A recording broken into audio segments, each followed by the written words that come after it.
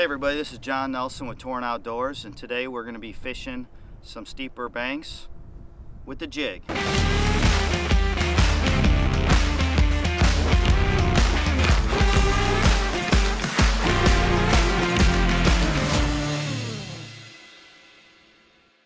Right here I have a 3/8 ounce tungsten head jig, and I got it's a green pumpkin brown, and I got it paired with our Torrent Outdoors timber craw.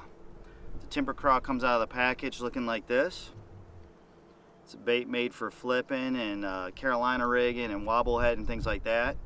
But what you can do is you can come down a couple rings, bite it off, put it on as a jig trailer. You can either leave the appendages together to give it more of a unified kick, or you can separate them to give it a more of a kicking action. And in this case, I dip just the tips in orange.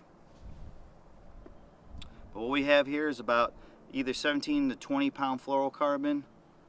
I'm flipping it on a bait casting reel here. So this says 3/8 an ounce, so we got a 3/8 ounce jig.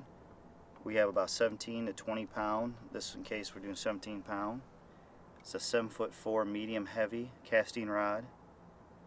This one in Denali lithium, they actually are putting the names of what they built it for. In this case it says worm and jig. And we got a jig here, a skirted jig.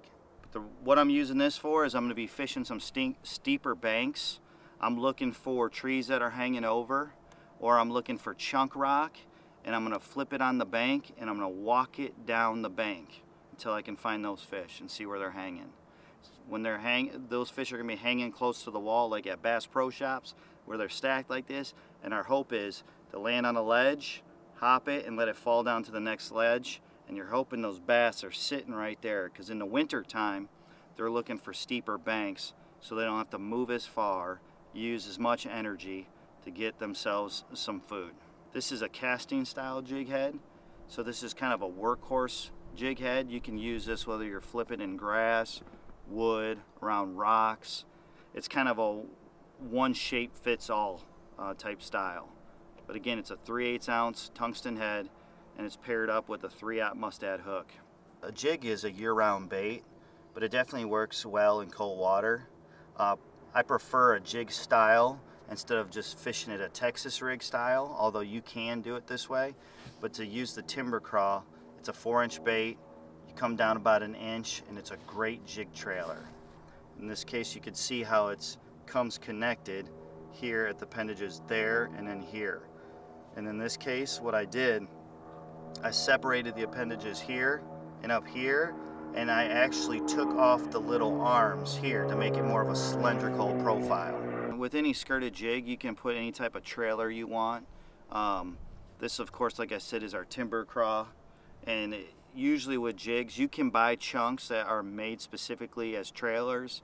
In our case, we have this timber craw, and like I said, you could just, to take off the length of it, you can take off a couple of these rings and bring it up tighter to make a more compact jig.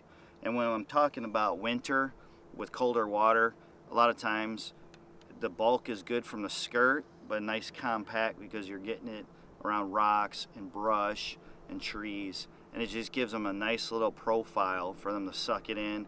They're going to think it's a crayfish or a bluegill. They probably don't really think, hey, I'm going to eat that bluegill and not that crayfish. But it's something that looks good to them.